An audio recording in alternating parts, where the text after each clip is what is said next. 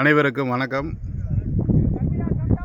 இன்றைக்கி வந்திருக்கிறது ஆத்தூரில் இருக்கக்கூடிய காமராஜர் அணை. திண்டுக்கல் மக்களுக்கு அவங்களுக்கு குடிநீர் வாங்கக்கூடிய அந்த ஆத்தூர் காமராஜர் அணைக்கு தான் வந்திருக்கிறோம். ரொம்ப நாளாச்சு, பல வருடங்களுக்கு முன்னாடி வந்தது காமராஜர் அணைக்கு ஆத்தூர் டேம்.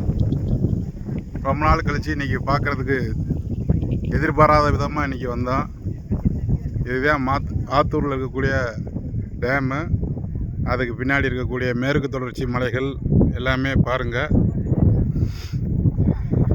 திண்டுக்கலுக்கு முக்கிய குடிநீர் ஆதாரமாக இருக்கக்கூடிய ஆத்தூர் காமராஜர் அணை. காமராஜருடைய காலத்தில் அவர் முதலமைச்சராக இருக்கிறப்ப கட்டின அணை பாருங்கள்.